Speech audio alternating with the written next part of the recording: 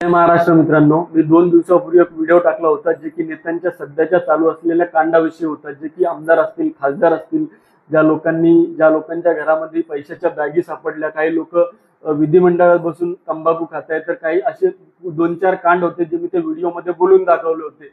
त्या व्हिडिओच्या माध्यमातून मला 2-3 कार्यकर्त्यांचा कॉल आला आणि त्या कार्यकर्त्यांचं म्हणणं होतं की तू आमच्या नेत्यांविषयी बोलू नको, नाहीतर याला धमकी समज।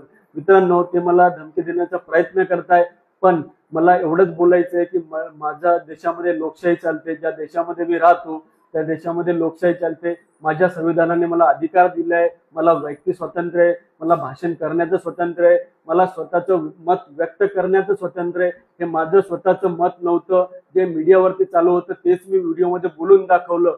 तरी पण काही बांडगुळांनी मला धमकी देण्याचा प्रयत्न केलाय। त्यांना मी एकच सांगतो, जी चुकीची गोष्ट आहे ती चुकीची गोष्ट आम्ही बोलत राहणार आणि आमच्या युट्यूब चॅनलवरती असेल, फेसबुक चॅनलवरती असेल, लोकांना अवेअर करण्याचा प्रयत्न करत राहणार। तुम्हाला जे करायचे ते तुम्ही करून घ्या। जय महाराष्ट्र मित्रांनो। हा झेंडा भल्या कामाचा जो घेऊन